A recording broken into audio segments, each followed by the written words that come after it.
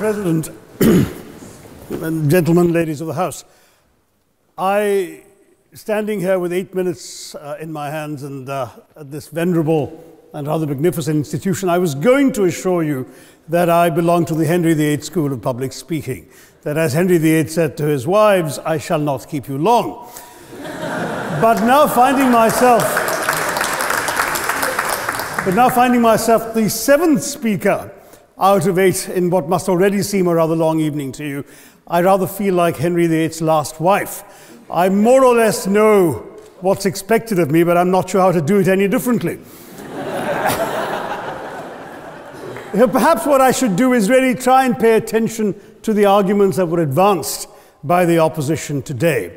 We had, for example, Sir Richard Ottaway challenging the very idea that it could be argued that the economic situation of the colonies was actually worsened by the experience of British colonialism. Well, I stand to offer you the Indian example, Sir Richard.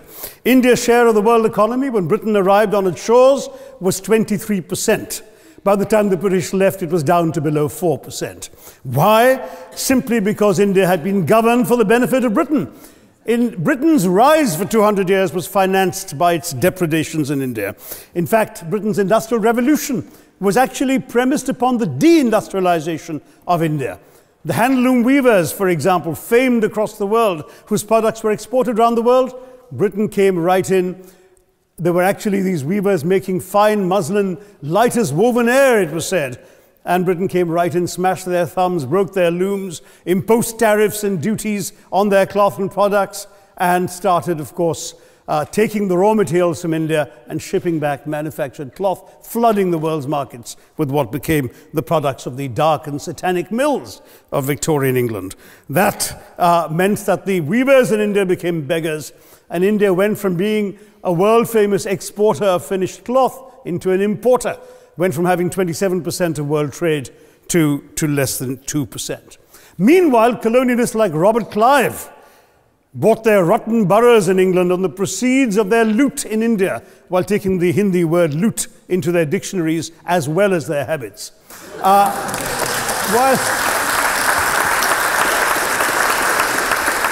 And the British had the gall to call him Clive of India, as if he belonged to the country, when all he really did was to ensure that much of the country belonged to him.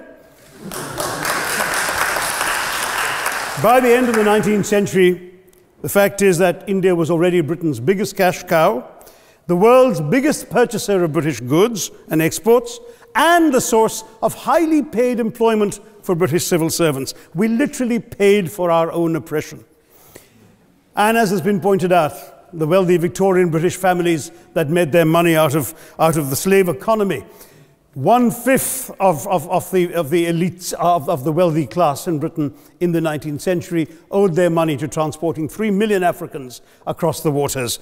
And in fact, in 1833, when slavery was abolished, what happened was that a compensation of £20 million was paid, not as reparations to those who had lost their lives or who had suffered or been oppressed by slavery, but to those who had lost their property. I was struck by the fact that your Wi-Fi password at this union commemorates the name of Mr. Gladstone, the great liberal hero. Well, I'm sorry, his family was one of those who benefited from this compensation. Staying with India, between 15 and 29 million Indians died of starvation in British-induced famines. The most famous example, of course, was the Great Bengal Famine during the Second World War, when 4 million people died because Winston Churchill deliberately, as a matter of written minuted policy, proceeded to divert essential supplies from civilians in Bengal to sturdy Tommies and Europeans as reserve stockpiles. He said that the starvation of anyway underfed Bengalis mattered much less than that of sturdy Greeks. This is Churchill's actual quote. And when conscience-stricken British officials wrote to him, pointing out that people were dying because of this decision, he peevishly wrote in the margins of the file, "Why hasn't Gandhi died yet?" So all notions that the British were trying to do their colonial enterprise out of enlightened despotism, to try and bring the benefits of colonialism and civilization to the benighted heathen. I'm sorry, Churchill's conduct in 43, simply one example of many that gave a lie to this myth. As others have said on the proposition, violence and racism were the reality of the colonial experience. And no wonder that the sun never set on the British Empire, because even God couldn't trust the English in the dark. Let me take World War I as a very concrete example, since the first speaker, Mr. Lee, suggested these things couldn't be quantified. Well, let me quantify World War I for you. Again, I'm sorry, from an Indian perspective, others have spoken of other countries. 1/6 of all the British forces that fought in the war were Indian. 54,000 Indians actually lost their lives in that war. 65,000 were wounded. Another 4,000 remained missing or in prison. Indian taxpayers had to cough up £100 million in that time's money. India supplied 70 million rounds of ammunition, 600,000 rifles and machine guns, 42 million garments were stitched and sent out of India, and 1.3 million Indian personnel served in this war. I know all this because, of course, the commemoration of the centenary has just taken place. But not just that, India had to supply 173,000 animals, 370 million tons of supplies, and in the end, the total value of everything that was taken out of India, India, by the way, suffering from recession at that time and poverty and hunger, was, in today's money, £8 billion. You want quantification? It's available. Second World War, it was even worse, 2.5 million Indians in uniform. I won't belabor the point, but of Britain's total war debt of £3 billion, in 1945 money, 1.25 billion was owed to India and never actually paid. Somebody mentioned Scotland.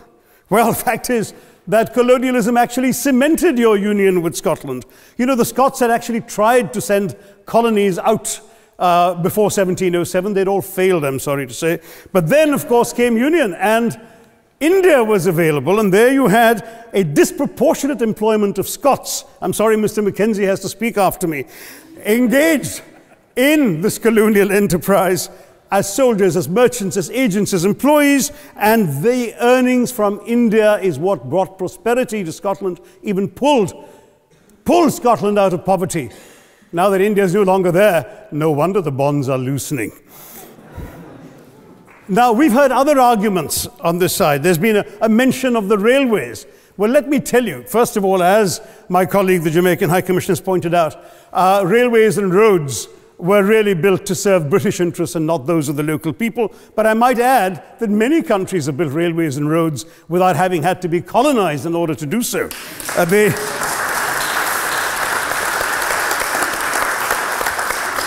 They were designed to carry raw materials from the hinterland into the ports to be shipped to Britain. And the fact is that the Indian or Jamaican or other colonial public, their needs were incidental. Transportation, there was no attempt made to match supply to demand for mass transport, none whatsoever. Instead, in fact, the Indian railways were built with massive incentives offered by Britain to British investors, guaranteed out of Indian taxes paid by Indians, with the result that you actually had 1 mile of Indian railway costing twice what it cost to build the same mile in Canada or Australia, because there was so much money being paid in extravagant returns. Britain made all the profits, controlled the technology, supplied all the equipment, and absolutely all these benefits came as private enterprise, British private enterprise, at public risk, Indian public risk. That was the railways as an accomplishment. We're hearing about aid. I think it was again Sir Richard Ottaway who mentioned British aid to India. Well, let me just point out that British aid to India is about 0.4% of India's GDP. The government of India actually spends more on fertilizer subsidies, which might be an appropriate metaphor for that argument. If I may point out as well,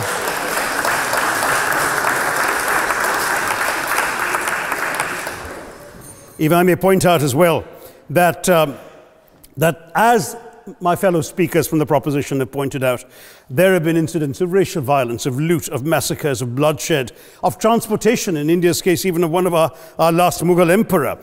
Yes, maybe today's Britons are not responsible for some of these depredations, but the same speakers have pointed with pride to their foreign aid. You're not responsible for the people starving in Somalia, but you give them aid. Surely the principle of reparations for the wrongs that have been done cannot be denied. It's been pointed out, for example, the dehumanization of Africans in the Caribbean, the massive psychological damage that has been done, the undermining of social traditions, of property rights, of the authority structures of these societies, all in the interests of British colonialism. And the fact remains that many of today's problems in these countries, including the persistence, in some cases the creation of racial and ethnic and religious tensions, were the direct result of the colonial experience. So there is a moral debt that needs to be paid.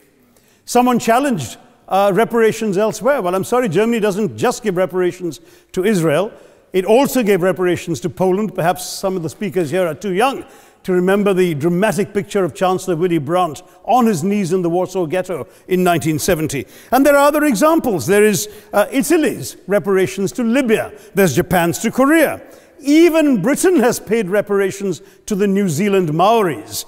So it's not as if this is something unprecedented or unheard of that's going to somehow open some sort of nasty Pandora's box.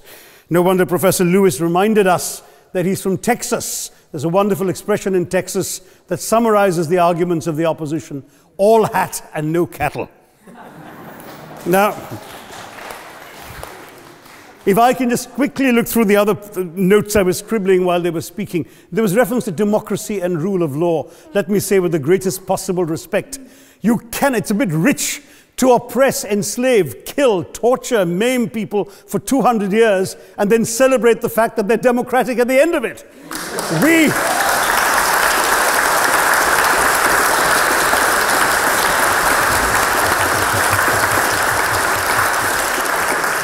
We were denied democracy, sir. We had to snatch it, seize it from you. With the greatest reluctance, it was conceded in India's case after 150 years of British rule, and that too with limited franchise. Yes, indeed, ma'am. The opposition spoke quite highly of Greek and Athenian democracy on which the West should pride itself, and spoke of liberty and equality in that same name. The Athenian democracy was only functioning because of the slave society on which it was built. That's the nature of colonisation. All right, I don't think that needs contradiction, not from me at any rate. But if I may just point out, I think the argument made by a couple of the speakers, the first speaker, Mr. Lee in particular, conceded all the evil atrocities of colonialism, but essentially suggested that reparations won't really help. They won't help the right people. They'll be used as a propaganda tool. They'll embolden people like Mr. Mugabe. It's always nice how in the old days, I'm sorry to say that the people of the Caribbean used to frighten their children into behaving and sleeping by saying Sir Francis Drake would come after them. That was a legacy of that. Now it's Mugabe will be there. So this is the new sort of Sir Francis Drake of our times. The fact is very simply, sir, that we are not talking about reparations as a tool to empower anybody. They're a tool for you to atone for the wrongs that have been done. And I am quite prepared to accept the proposition that you can't put a monetary sum on the kinds of horrors people have suffered. Certainly no amount of money can expiate the loss of a loved one, as somebody pointed out there. You're not going to be able to figure out an exact amount. But the principle is what matters. The fact is that to speak blithely of sacrifices on both sides, as an analogy was used here, a burglar comes into your house, ransacks the place, stubs his toe, and you say, well, there was a sacrifice on both sides. That, I'm sorry to say, is not an acceptable argument.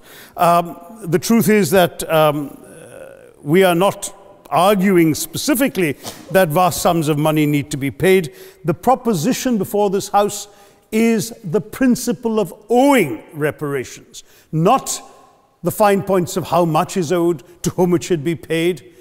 The question is there a debt? Does Britain owe reparations?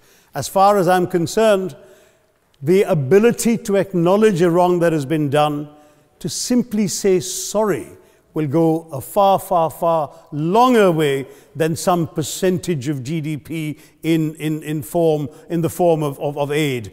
What is required, it seems to me, is accepting the principle that reparations are owed. Personally, I'd be quite happy if it was £1 a year for the next 200 years after the last 200 years of Britain and India. Thank you very much, Madam President.